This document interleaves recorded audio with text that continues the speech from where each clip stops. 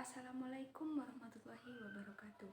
Saya Sabrina Ratu Salsabila, perwakilan dari kelompok pertama, akan menjelaskan mengenai peranan sosiologi dalam pembangunan desa. Apa sih pembangunan? Pembangunan adalah suatu proses perubahan sosial dengan partisipasi yang luas dalam suatu masyarakat yang dimaksud untuk kemajuan sosial dan material, termasuk bertambah besarnya kebebasan, keadilan, dan kualitas lainnya yang dihargai untuk mayoritas rakyat melalui kontrol yang lebih besar yang mereka peroleh terhadap lingkungan mereka. Ada beberapa contoh sektor dalam pembangunan desa. Yang pertama, peningkatan infrastruktur, peningkatan ekonomi, peningkatan pelayanan publik, peningkatan sumber daya manusia, peningkatan dalam bidang pertanian, dan yang terakhir peningkatan dalam bidang pendidikan.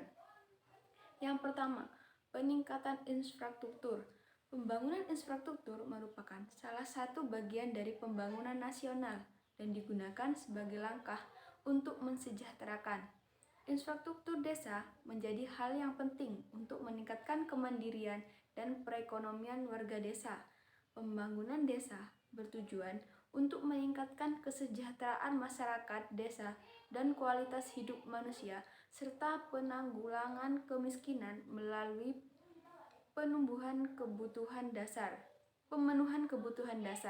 pembangunan sarana dan prasarana desa, pengembangan potensi ekonomi lokal, serta pemanfaatan sumber daya alam dan lingkungan secara berkelanjutan. Selanjutnya yaitu peningkatan ekonomi.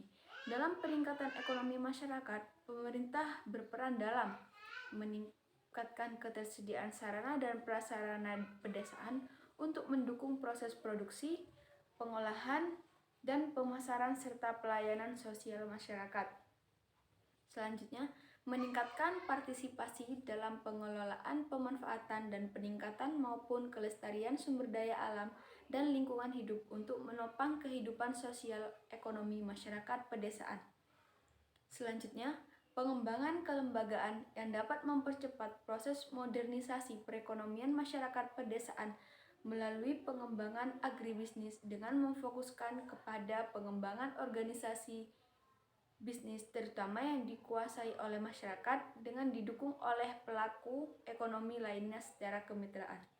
Yang terakhir, meningkatkan investasi dalam pengembangan sumber daya manusia yang dapat mendorong produktivitas, kewirausahaan, dan ketahanan sosial masyarakat pedesaan untuk mengembangkan kehidupan ekonomi sosial masyarakat. Selanjutnya yaitu peningkatan pelayanan publik. Keterlibatan masyarakat saat ini menjadi bagian yang perlu dioptimalkan, khususnya dalam pelayanan publik di desa. Dengan adanya keterlibatan masyarakat desa, para pihak dapat bersama-sama untuk meningkatkan kualitas pelayanan. Fungsi kontrol dari masyarakat desa juga dapat membantu bagaimana pelayanan publik di desa dapat terselenggara dengan sebagaimana mestinya. Contoh adanya peningkatan pelayanan publik dengan adanya sosiologi masyarakat di desa antara lain pelayanan kesehatan, pelayanan transportasi desa, dan pelayanan terpadu. Pelayanan kesehatan desa. Adanya sosiologi kesehatan yang merupakan cabang ilmu kesehatan yang membahas masalah kesehatan masyarakat. Objek sosiologi adalah interaksi baik antar manusia maupun manusia dan lingkungannya. Pelayanan transportasi desa.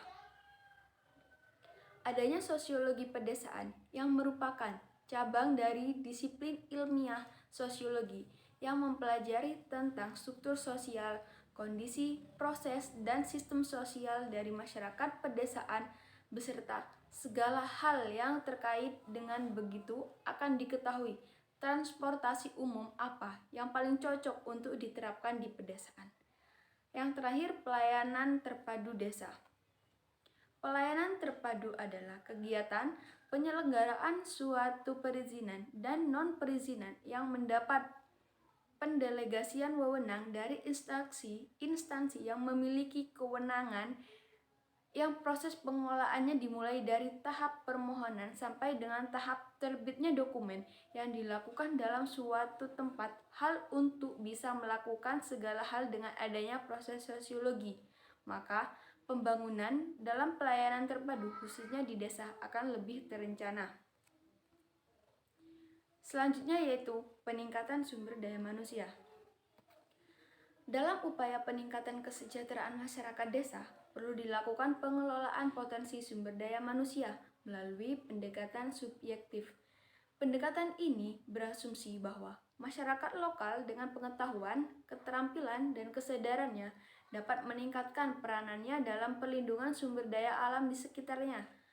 Pengembangan sumber daya manusia ditujukan untuk mewujudkan manusia pembangunan yang berbudi luhur, tangguh, cerdas dan terampil, mandiri dan memiliki rasa kesetiakawanan, bekerja keras, produktif, kreatif, inovatif, disiplin, dan orientasi ke masa depan untuk menciptakan kehidupan yang lebih baik.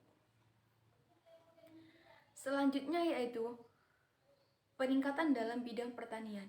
Diarahkan untuk meningkatkan taraf hidup dan kesejahteraan petani dalam hal 1. Menyediakan alat-alat pertanian, meningkatkan teknologi pertanian yang didukung dengan panca usaha tani. 3. Peningkatan industri pupuk dan obat-obatan pembasmi hama. 4. Membantu pemasaran produksi pertanian. 5. Meningkatkan agroindustri dan agrobisnis. Dan 6. Usaha-usaha diversifikasi, intensifikasi, ekstensifikasi, dan rehabilitasi. Yang terakhir, peningkatan dalam bidang pendidikan. Peningkatan kualitas pendidikan melalui peningkatan kualitas pendidik, pembaharuan kurikulum yang disesuaikan dengan perkembangan ilmu pengetahuan, teknologi, dan perkembangan masyarakat, penyediaan sarana dan prasarana pendidikan yang memadai, dan penyuluhan yang memberikan penyadaran bagi masyarakat luas bahwa penyelenggaraan pendidikan tidak dapat dilepaskan dari sistem yang meliputi: pertama, lembaga pendidikan formal yang diselenggarakan di sekolah; kedua, lembaga pendidikan informal yang diselenggarakan di lingkungan keluarga; dan yang terakhir, lembaga pendidikan non-formal yang diselenggarakan oleh masyarakat. Mungkin cukup sekian yang dapat saya sampaikan, kurang lebihnya mohon maaf. Wabillahi taufiq wal hidayah. Wassalamualaikum warahmatullahi wabarakatuh.